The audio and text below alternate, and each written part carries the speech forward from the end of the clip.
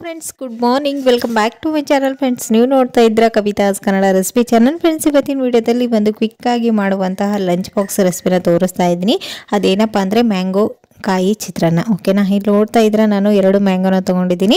ಇದರ ಮೇಲ್ಗಡೆ ಸಿಪ್ಪೆನ ಈ ರೀತಿ ತೆಗೆದುಬಿಟ್ಟು ಇದನ್ನು ಚೆನ್ನಾಗಿ ಕಟ್ ಮಾಡಿಬಿಟ್ಟು ನೀವು ಮಿಕ್ಸಿ ಜಾರ್ಗಾಗಿನೂ ಕೂಡ ಗ್ರೈಂಡ್ ಮಾಡ್ಕೊಂಡು ತೊಗೊಳ್ಬೋದು. ಇಲ್ಲಾಂದರೆ ನೀವು ಗ್ರೈಂಡರಿಂದ ತುರಿದು ಕೂಡ ಯೂಸ್ ಮಾಡ್ಬೋದು. ನಾನಿಲ್ಲಿ ಇದನ್ನು ಈ ರೀತಿಯಾಗಿ ತುರಿದು ತೊಗೊಳ್ತಾ ಇದ್ದೀನಿ. ಆ ರೀತಿ ಮಾಡೋದ್ರಿಂದ ಅಲ್ಲಲ್ಲಿ ಸಿಗ್ತಾ ಇರುತ್ತೆ, ಟೇಸ್ಟ್ ಚೆನ್ನಾಗಿರುತ್ತೆ. ನೀವು ಮಿಕ್ಸಿ ಜಾರಲ್ಲಿ ಹಾಕ್ಕೊಂಡ್ರೆ ಪೇಸ್ಟ್ ಥರ ಆಗಿಬಿಡುತ್ತಲ್ವ, ಸೊ ಹಾಗಾಗಿ ಅದು ಅಷ್ಟೊಂದು ಟೇಸ್ಟಿಯಾಗಿರೋದಿಲ್ಲ. ನಿಮ್ಗೆ ಯಾವ್ದು ಅನುಕೂಲ ಆಗುತ್ತೆ ಅದನ್ನು ನೀವು ಮಾಡಿಕೊಂಡು ತೊಗೊಳ್ಬೋದು.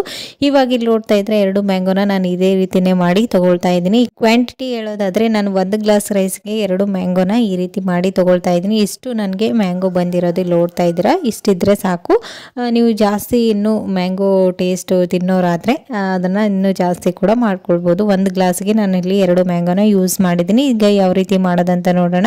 ಇಲ್ಲಿ ಒಂದು ಪ್ಯಾನನ್ನು ಬಿಸಿ ಮಾಡೋದಕ್ಕೆ ಇಟ್ಟಿದ್ದೀನಿ. ಅದರಲ್ಲಿ ಒಂದು 5-6 ಟೇಬಲ್ ಸ್ಪೂನ್ ಅಷ್ಟು ಎಣ್ಣೆನ ಹಾಕಿ, ಎಣ್ಣೆ ಬಿಸಿ ಆದ ನಂತರ ಸ್ವಲ್ಪ ಸಾಸಿವೆ, ಜೀರಿಗೆ ಹಾಗೂ ಕರಿಬೇವನ್ನ ಹಾಕಿದ್ದೀನಿ. ನಂತರ ಇದಕ್ಕೆ 1-2 ಹಸಿಮೆಣಸಿನಕಾಯಿ, ಗೋಡಂಬಿ ಹಾಗೂ ಸ್ವಲ್ಪ ಶೇಂಗಾನು ಕೂಡ ಹಾಕಿ ಅದೆಲ್ಲವೂ ಕ್ರಿಸ್ಪಿ ಆಗೋವರೆಗೂ ಫ್ರೈ ಮಾಡ್ಕೊಂಡಿದ್ದೀನಿ. ನೀವು ಇದರಲ್ಲಿ ಬೇಕಂದರೆ ಬೆಳ್ಳುಳ್ಳಿ ಸೇರಿಸ್ಕೊಳ್ಬೋದು. ಈರುಳ್ಳಿ, ಟೊಮೆಟೊ ಸೇರಿಸಿದ್ರೆ ಟೇಸ್ಟ್ ಚೆನ್ನಾಗಿರೋದಿಲ್ಲ, ನಿಮ್ಮ ಬೇಕಂದ್ರೆ ಸೇರಿಸ್ಕೊಳ್ಬೋದು. ಇವಾಗ ಇದಕ್ಕೆ 1/2 ಟೇಬಲ್ ಸ್ಪೂನ್ ಅಷ್ಟು ಅರಿಶಿಣ ಹಾಗೆ ರುಚಿಗೆ ತಕ್ಕಷ್ಟು ಉಪ್ಪನ್ನು ಕೂಡ ಸೇರಿಸ್ಕೊಂಡು ಚೆನ್ನಾಗಿ ಮಿಕ್ಸ್ ಮಾಡ್ಕೊಳ್ಳೋದು. ಯಾವುದೇ ವೆಜಿಟೇಬಲ್ಸ್ ಆ್ಯಡ್ ಮಾಡೋ ಅವಶ್ಯಕತೆ ಇಲ್ಲ, ಜಸ್ಟ್ ಚಿಲ್ಲಿನ ಕಟ್ ಮಾಡಿಕೊಂಡು ಹಾಕೊಳ್ಳೋದಷ್ಟೇ. ಸೊ 1-2-3 ಮಿನಿಟ್ಸಲ್ಲಿ ಈ ಒಂದು ರೆಸಿಪಿನ ನೀವು ಮಾಡ್ಬೋದು. ಸೊ ನೀವು ಔಟ್ಸೈಡ್ ಪಿಕ್ನಿಕ್ ಹೋಗ್ತಾ ಇದ್ದೀರಾ ಅಂತ ಅಂದಾಗ ಈ ರೀತಿ ಒಂದು ರೈಸ್ನ ಮಾಡ್ಕೊಳ್ಬೋದು.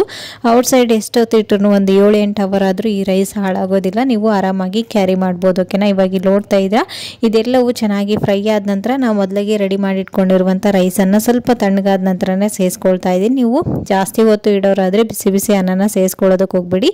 ಇವತ್ತು ನಾನು ಇದನ್ನು ಲಂಚ್ ಬಾಕ್ಸ್ಗೆ ಸರ್ವ್ ಮಾಡೋದ್ರಿಂದ ಸ್ವಲ್ಪ ತಣ್ಣಗಾದ ನಂತರನೇ ರೈಸನ್ನು ಮಿಕ್ಸ್ ಮಾಡಿಕೊಂಡು ಟೇಸ್ಟ್ನ ನೋಡಿ ಸಾಲ್ಟನ್ನು ಸೇರಿಸ್ಕೊಂಡು ಇವಾಗ ಲಂಚ್ ಬಾಕ್ಸ್ನ ರೆಡಿ ಮಾಡಿದ್ದೀನಿ. ಸೊ ಫ್ರೆಂಡ್ಸ್, ನೋಡಿದ್ರೊತ್ತಿನ ಈ ಒಂದು ಮಾವಿನಕಾಯಿ ಚಿತ್ರಾನ್ನ ರೆಸಿಪಿ ನಿಮಗೂ ಕೂಡ ಖಂಡಿತ ಇಷ್ಟ ಆಯ್ತು ಅಂತ ಅಂದ್ಕೊಂಡಿದ್ದೀನಿ. ಇಷ್ಟ ಆದರೆ ಪ್ಲೀಸ್ ಒಂದು ಲೈಕ್ ಕೊಡೋದನ್ನು ಮರಿಬೇಡಿ. ಮತ್ತು ನಾಳೆ ಹೊಸ ರೆಸಿಪಿಯೊಂದಿಗೆ ಮತ್ತೆ ನಿಮ್ಮನ್ನ ಮೀಟ್ ಮಾಡ್ತೀನಿ ಫ್ರೆಂಡ್ಸ್. ಅಲ್ಲಿವರೆಗೂ ಟೇಕ್ ಕೇರ್, ಬಾಯ್.